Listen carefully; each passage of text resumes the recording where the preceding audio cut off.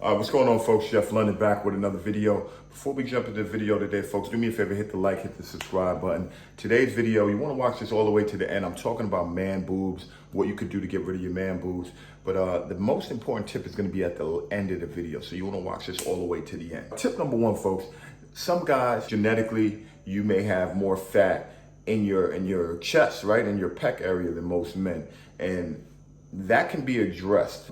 Now, I didn't have this problem, but I've had family members who have had man boobs. I've had clients who have man boobs, and this thing could be solved, right? So, I mean, I'm gonna flash to my before pictures. As you can see, I used to have a really flat chest myself. What I did was I went into the gym and I used to do a lot of bench pressing because, you know, bench pressing is the best thing for your chest. It directly hits the chest.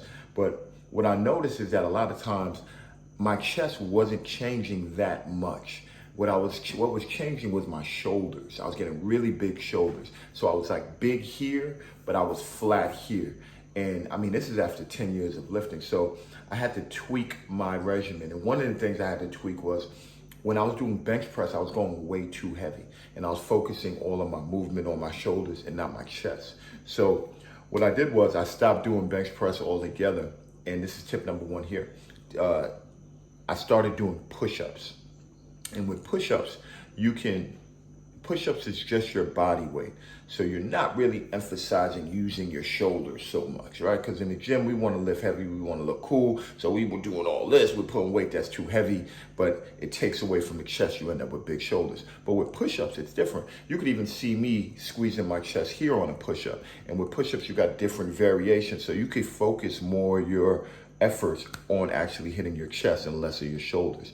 And that's when I really built my chest. I started developing this separation here. I started getting my undercut. I started developing an upper body chest. So I'll post another video. I'll link to a video where I do different push-up variations that way, because your chest is one of the more complicated parts of the body to hit because there's different sections of it. You have the top, you have to work on the separation, you have to work on the undercut, you have to work on just having width. So there's like 4 different elements to it. So you have to switch your grips so you could target all those areas and build a really nice chest. So that's tip number one.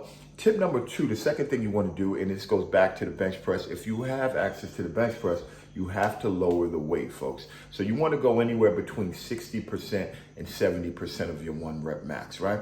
And what that means is, in translation, is that you want to lift a weight that you can rep anywhere between 10 and 12 times, all right? And that number may change throughout 4 sets, right? So if let's use 200 pounds. On my first set, I could get 12 reps. But on my second set, I may only be able to get 10 reps with 200 pounds. And on my third set, I may only be able to get 8 reps because I'm fatigued. So what you'll need to do when you hit that third or fourth set, now we're no longer gonna lift 200. We're gonna drop it down to maybe 190, 180. Because the goal for chest and building muscle is volume, right? If you want hypertrophy, if you wanna build muscle, volume is going to be your friend. So you need to keep adjusting your weight to make sure you can get those reps and sets in, all right? That's tip number 2.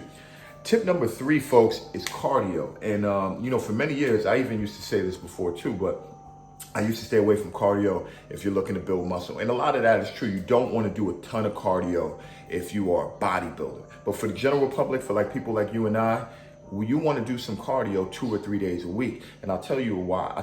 And you want to do slower cardio, right? So you could either go for a nice steady state run where you're running at, you're running at a steady state, like where you can have a conversation while you're running, or you want to do some type of walking, intense walking on the elliptical. That's why you see a lot of bodybuilders, they're on a bike or they're on an elliptical walking.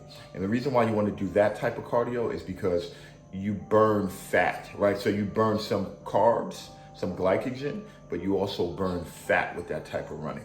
And that's what you want to do, right? The key to man boobs, if you want to get rid of that fat, is to also burn fat, is to lose fat. And the best way to do that is, in addition to lifting weights, is actually doing that long, slow, it's called LSD, it's called long, slow distance cardio. So I kind of give you about 4 tips there. I told you about the bench press, I told you about all this other stuff, but start with that and take pictures, man. Take a before picture, start a program, and it takes time, folks. You're not gonna do this in 3 weeks. Say, hey, where are my muscles, right? It doesn't work like that. The human body takes time to change.